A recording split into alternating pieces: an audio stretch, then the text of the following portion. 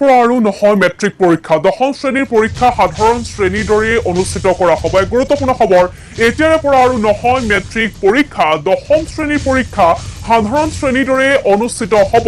High school শিক্ষান্ত পৰীক্ষাৰূপে বিবেচনা নহ'ব। উচ্চতৰ মাধ্যমিক পৰীক্ষাকহে হাইস্কুল শিক্ষান্ত পৰীক্ষাৰূপে বিবেচনা কৰা হ'ব। নতুন শিক্ষানীতি সন্দৰ্ভত ব্যাখ্যা কৰি এই মন্তব্য শিক্ষামন্ত্ৰী ৰনোজ পেগুৰ।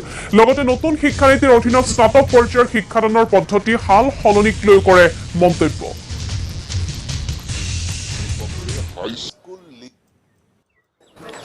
মেট্ৰিক মই বাৰে বাৰে কৈ আছোঁ যে মেট্ৰিক শব্দটোৰ অৰ্থ হ'ল ক্লাছ 10 আৰু ক্লাছ 10ত পৰীক্ষা হ'ব। কিন্তু আগত আছিলে HSLC অৰ্থাৎ তাতে হাইস্কুল লিভিং চাৰ্টিফিকেট, মূলত স্কুল লিভিং। এতিয়া স্কুল লিভিংটো 10ত নহয়, স্কুল লিভিং 12ত হ'ব।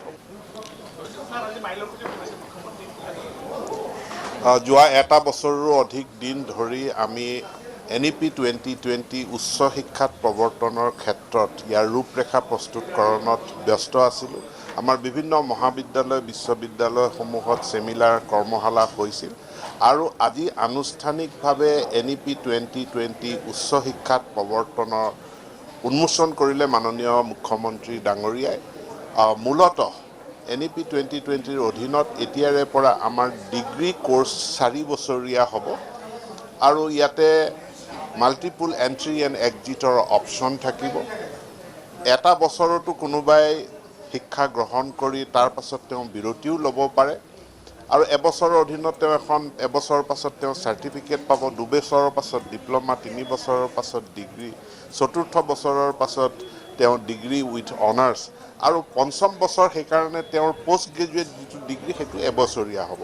এটা উল্লেখযোগ্য কথা যে মূলতঃ আমাৰ বিশ্ববিদ্যালয়সমূহত পষ্ট গ্ৰেজুৱেট ষ্টাডিৰ কাৰণে ছাত্ৰ ছাত্ৰী আহে।